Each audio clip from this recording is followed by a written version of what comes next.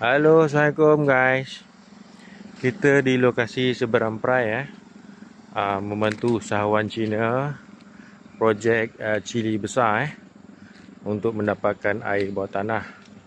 Tapi saya difahamkan sudah digali sedalam 200 kaki tidak mempunyai air. Okey. Saya datang untuk cek air lah, laluan air bawah tanah, scanning water lah. Okey, kita tengok scan water ada tak air di lokasi sini lah. Okey, jom kita tengok telaga boring air dia.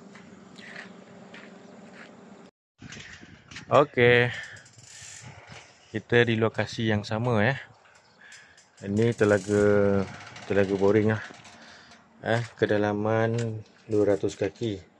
Yang saya fahamkan yang owner ni cerita sama saya lah.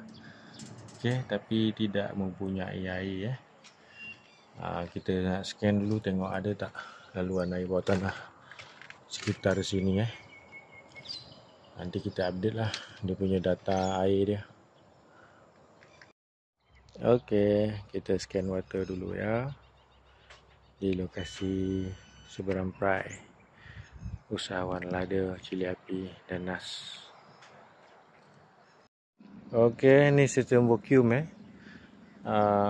dia cuba buat sistem vacuum sedalam 30 kaki tak dapat air usahawan kita InsyaAllah Encik Fadil akan buat di sini insyaAllah. Okey, itu saja. Terima kasih.